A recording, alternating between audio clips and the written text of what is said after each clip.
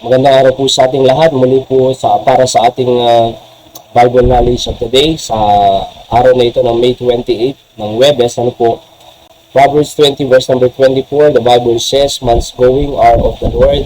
How can a man then understand his own way?" Ang pamagat po natin ay man's going are of the Lord. So, yung going po dito, or goings, ay galing sa Hebrew word na mitzad. Nang ibig sabihin po niya na step. So, man's steps are of the Lord. Alright? So, yung mga nilalakaran ng tao ay of the Lord. So, bakit? Kasi ang Diyos po ang nakakalam ng ating kinabukasan. Ang Diyos ang nakakalam ng mangyayari sa atin, alright, sa mga susunod na araw at panahon. And the Bible says, how can a man then he understand his own way? Paano ngayon ng tao ay maunawaan niya ang kanyang daanan? Siyempre tayo, hindi natin alam ang ating pong kinabukasan, ang mangyayari, hindi natin alam ang dadaanan natin, mga kapatid. Pero ang Diyos, alam po niya yan. Kaya nga, man's goings are of the Lord. Yung way po dyan ay a road or path. So, hindi alam ng tao ang kanyang road, ang path na kanya pong dadaanan sa kinabukasan. Kaya nga pinakamaganda po is pagkatiwalaan natin ang Diyos para sa ating pong kinabukasan. Kasi kung tayo, hindi naman natin alam ang mangyayari. Hindi naman natin alam kung anong gagawin ng Panginoon sa inaharap. So yung step po natin ngayon, dapat naka-step po tayo doon sa kalooban ng Diyos.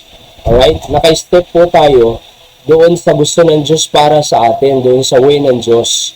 Para sa ganon, ang ating dadaanan ay step ng Panginoon, siguradong maganda ang mangyayari sa atin sa kinabukasan. Di ba? Kaya nagkakawindang-windang ang buhay ng tao, kaya nagkakamali, kaya napapahamak, kaya nakukulong, kaya nadidisgrasya, sa dahilanan na pinipili ng tao na lakaran ang gusto niya, nakapahamakan naman ang dulo.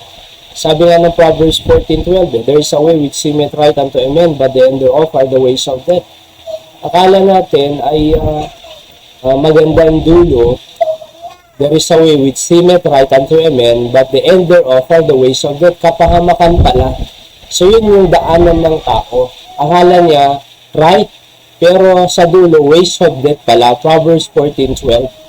Pinakamaganda po, imbes na yung daanan na gusto natin ang ating tatahakin, yung gusto ng Diyos, yung step, he must be the step, and the stop. Sabi nga ni Pastor Sam. So, mag-start ka sa Diyos. Huwag mo siyang iwan sa umpisa pa lang. Start with God. And step with God. Magpatuloy ka sa paglalakad with God. Huwag mo siyang iiwanan sa gitna. Yung iba, iniwan ng Diyos sa umpisa, pero sinama sa kalagitnaan. Yung iba naman, nag-umpisa sa Diyos, iniwan naman sa kalagitnaan. And stop with God. Diba? Sa dulo ng buhay, sa Diyos pa rin po tayo.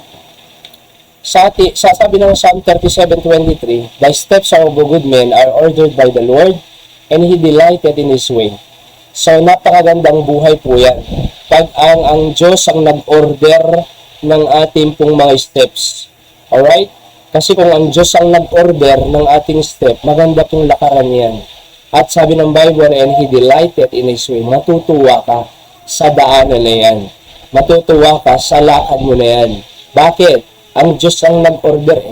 Alright? Sa pag-aaral mo, nakagraduate ka, nakapagtrabaho ka, naka-establish ka ng buhay, nakapagpamilya ka, at nakapagnegosyo ka.